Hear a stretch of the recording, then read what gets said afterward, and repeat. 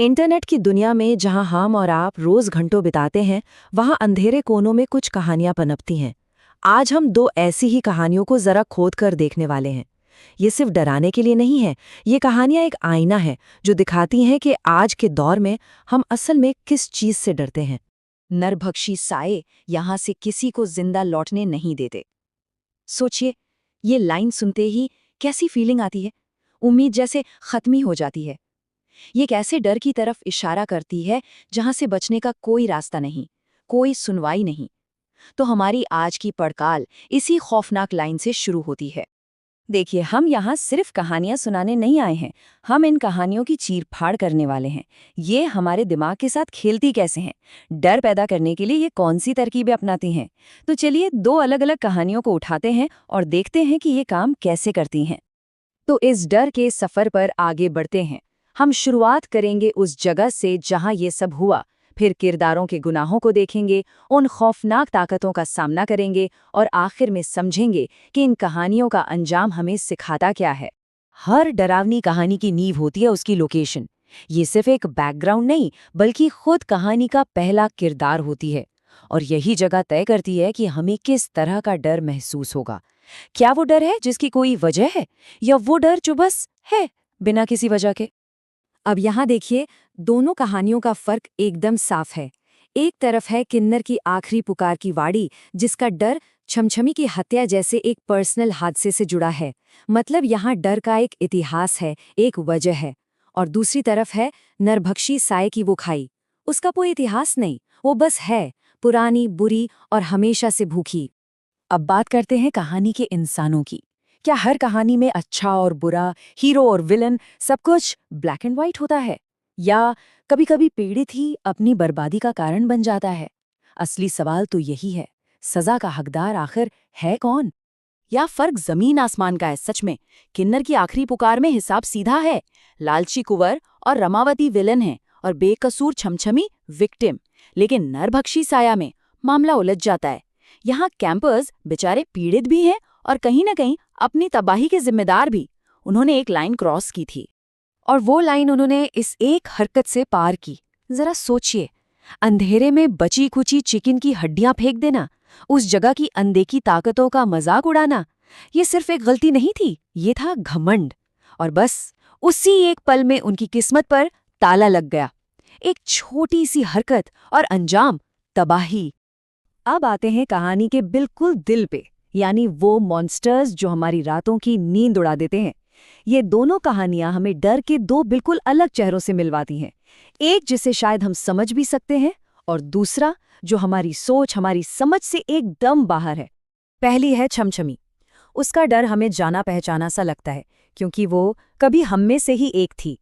उसका खौफ अन्याय से, धोखे से और बदले की आग से पैदा हुआ है। वो किसी को भी नहीं, सिर्फ और सिर्फ अपने गुनहगारों को सजा देना चाहती है। ये एक पर्सनल लड़ाई है, एक ऐसा डर जिसकी जड़ें इंसानी बुराई में हैं। और फिर हैं ये नरभक्षी साए। ये कोई भूत नहीं है, ये तो जैसे प्रकृति की एक भूखी अंधेरी ताकत है।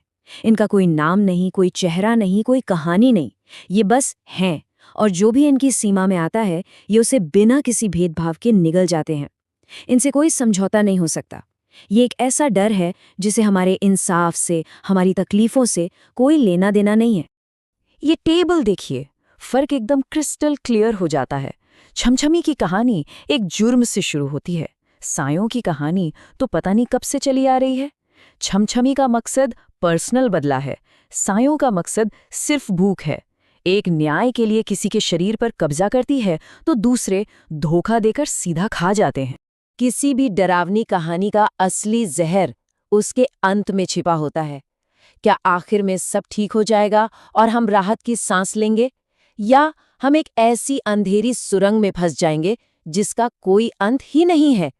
ये अंत ही तय करता है कि कहानी हमें किस तरह के डर के साथ अकेला छोड़ेगी। तो सवाल ये है कि एक हॉरर कहानी खत्म कैसे हो सकती है? क्या बुराई को सजा मिलती है जैसा हम चाहते हैं, या कभी-कभी बस अंधेरा ही जीतता है?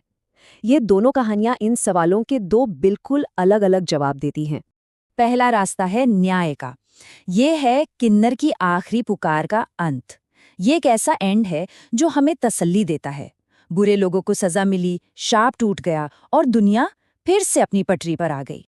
और फिर है ये दूसरा रास्ता, नरभक्षी साया का अंजाम, जहां उम्मीद एक क्रूर मजाक बनकर रह जाती है। यहां बुराई कोई दुश्मन नहीं है जिसे हराया जा सके, वो तो एक हकीकत है जिससे बचा नहीं जा सकता। अंत में सिर्फ अंधेरा और तबाही है। अब जरा छमछमी के बदले का तरीका देखिए, कितना सोचा समझा है। ये कोई अंधी हिंसा नहीं है, ये एक पूरी प्रक्रिया है, एक रस्म है। उसे एक वजह चाहिए, एक जरिया चाहिए, और वो अपना न्याय ठीक उसी तरह देती है जिस तरह उसके साथ अन्याय हुआ था। आखिर में एक नैतिक संतुलन बनता है। अब इसकी तुलना प्रियंका के अंजाम से कीजिए। यहां उम्मीद को कदम दर कदम तोड़ा जाता है। उसे लगता है वो बच गई, पुलिस आ गई, एम्बुलेंस में है, अब तो सब सेफ है। और फिर कहानी एक बहुत ही क्रूर मोड़ लेती है। सब खत्म। संदेश एकदम साफ है, इस जगह से कोई नहीं बच सकता, कोई भी नहीं। छमछमी के ये शब्द साफ बताते हैं कि उसका डर कितना पर्सनल है। ये कोई रैंडम हमला नहीं है, ये एक हिसाब है जो 12 साल बाद पूरा हो रहा है।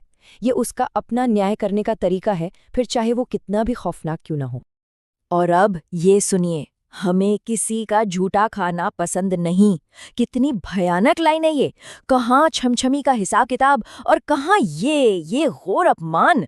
ये किसी इंसान का गुस्सा नहीं है, ये तो एक ऐसी ताकत का ऐलान है जिसके लिए हम इंसान कीड़े मकोड़ों से ज्यादा कुछ है ही नहीं। यही असली कॉस्मिक हॉरर है। तो इन दोनों कहानियों की चीरफाड़ करके हम पहुंचे कहाँ? हम पहुंचे हैं डर के दो बिल्कुल अलग अलग फ्लेवर्स तक। और ये दोनों स्वाद हमारे समय के सबसे गहरे सवालों से जुड़े हुए हैं। तो आखिर में हमारे सामने दो तरह के डर आते हैं। एक है इंसानी बुराई का डर, लालच, धोखा, नफरत, एक ऐसा डर जिसे हम समझ सकते हैं और जहां हमें इंसाफ की एक उम्मीद रहती है। और दूसरा है एक बड़े बेपरवाह ब्रह्मांड का खौफ, इस बात का डर कि ये कायनात हमारी परवाह नहीं करती और यहाँ हमारे बनाए नियम कानून किसी काम के नहीं। और हम आपको इसी सवाल के साथ छोड़ते हैं, ज्यादा डरावना क्या है? एक ऐसा दुश्मन जिसका चेहरा हो, जिसे आप जानते हो, या एक ऐसा खौफ जो बेनाम है, बेचेहरा है, जिसे आपकी मौजूदगी का एहसास तक नहीं?